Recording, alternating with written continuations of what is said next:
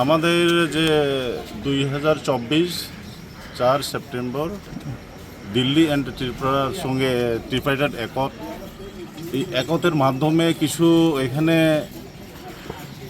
কি বলবো, ওই আর্টিকেলগুলো যে পয়েন্টগুলা অ্যাভয়েড করে কিছু গভর্নমেন্ট এজেন্সিসরা প্রজেক্ট তৈরি করা হয়েছে।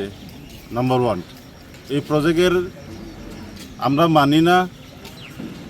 আর আমাদের যে ক্যাডারগুলা স্লোলি স্ক্রিনিং প্রসেসিং চলছে, সেটা যেন দ্রুত হয়, তার জন্যই আমরা এই যে 72 ঘন্টার রাস্তা অবরোধ, আজকে 12 তারিখ, এই জায়গাটা হচ্ছে সবুল সিং। আমরা 72 ঘন্টা এই রোড অবরোধের ডাক দেওয়া হয়েছে।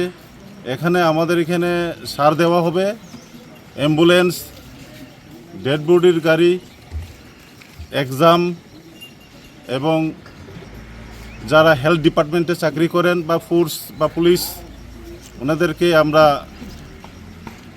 অ্যালাউ করা হবে, তাদের জন্য কোনো বাধা থাকবেন না।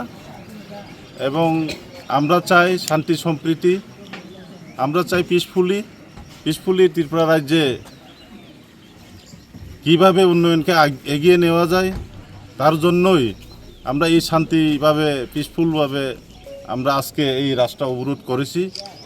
এখানে সবাইকে আমি অনুরোধ করব, ত্রিপুরাবাসীদেরকে অনুরোধ করব, এই রাস্তা অবরোধে কেউ এখানে রাজনৈতিকের চক্করে এসে যেন কোনো ভায়োলেন্স না করে, কোনো সমস্যা প্রবলেম স্ট্যান্ডিং না করে, সেটাই আমরা আহ্বান রাখব। আমাদের যে রোড অবরোধ, এটা পিসফুলিভাবে আমরা করে যাব। গভর্নমেন্টের কাছে ডিমান্ড সাবমিট করা হয়েছে গতকালকের মিটিংয়ে, এবং এর আগের মিটিংও আমরা সাবমিট করা হয়েছে। কালকে আমরা কিছু পয়েন্টটা গভর্নমেন্ট তরফ থেকে পজিটিভ পেয়েছি, কিন্তু কিছু রয়ে গেছে।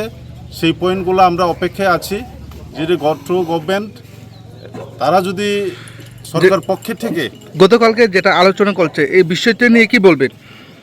না, গতকালকের কথাই তো আমি বলতেছি যে গভর্নমেন্ট অফ ত্রিপুরা ওনাদের তরফ থেকে মিটিংয়ে একটা ভালো বার্তা আসছিল, কিন্তু আমাদের মেজর যে স্ক্রিনিং প্রসেসটা স্লো আছে, এটা যেন তাড়াতাড়ি হয়। গভর্নমেন্ট চিন্তাভাবনা করছেন, এই চিন্তাভাবনা নিয়ে আমরা অপেক্ষায় আছি।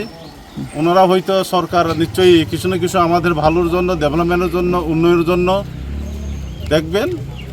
আর আমরাও চাই না আমরা এখানে এনএলটি এটিটিএফ